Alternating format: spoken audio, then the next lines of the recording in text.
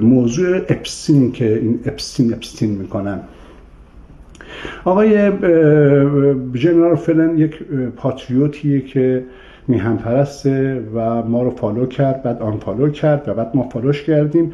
بعد از ریاست جمهوری پرزیدنت ترامپ دیگه ما رو فالو نکرد، اما میهن پرست و آدم خوب و پاتریوت. تا وقتی رضا پهلوی تبلیغ نکرده حتما آدم خوبیه.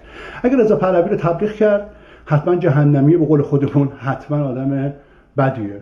یعنی تا الان پوسته پاتریوتی رو تنش بوده در آورد. ولی تا وقتی که اینجوری هست فرق می‌کنه. توی اون مطلبی هم که ما براش زدیم این نکته مهمیه. پیام ما مستقیم جناب آقای جنرال فلن این بود که آقای جنرال فلن عرضم حضورشون که شما وقتی که اپستین رو داری مطرح می‌کنی داری به الکس جونز میچسبی، چون پشت جنرال فلن نوشتیم که آقای الکس جونز، بچهای ریاست الکس جونز هم آنفالو کنید. دو تا گزینه وجود داره. گزینه یکی این که آقای پرزیدنت ترامپ مثلا توی اپستین موضوعش بوده یا نبوده.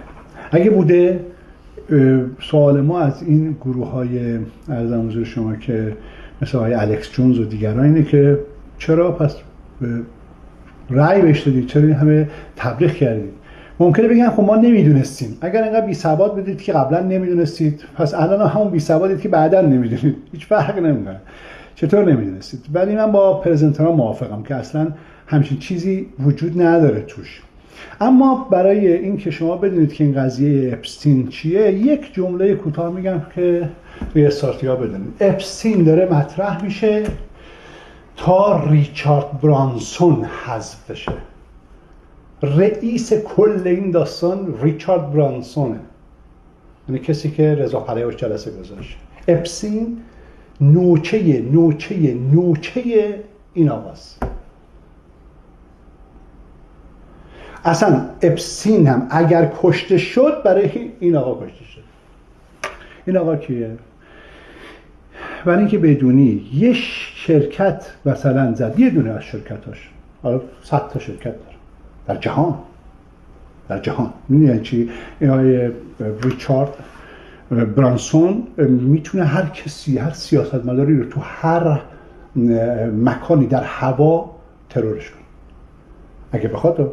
میتونه در قطار هر کسی رو ترور کنه، میتونه در غذا ترور کنه، میتونه در زمین ترور کنه. اسمش هم زیاد مطرح نیست. رضا پهلوی با این نشسته پشته. یکی از شرکتاش، برای اینکه فقط بدونی، یکی از شرکتاش شریکه با یه شرکت از این کاری که دهه 60 دهه 70 جمهوری اسلامی میکرد، شرکت‌های موازی درست میکنه. حالا یه شرکتی هست با این افیه، اون شرکت 87,000 تا کارمند داره. شرکت 87,000 تا کارمند داره. این خودش 80 تا کارمند گذاشته، 80 دونه کارمند گذاشته با این شریک 51 ریچارد. اون یارو اونم چی اینکه اپستین برای این بزرگ شده. یعنی تمام گلوبالیست داره زورشو میزنه که موضوع ریچارد بیرون نیاد و اصل دعوا سر ریچارد. یک شوخی کمدی تولید کردن برای اینکه بتونن پرزیدنت ترامپ تخریبش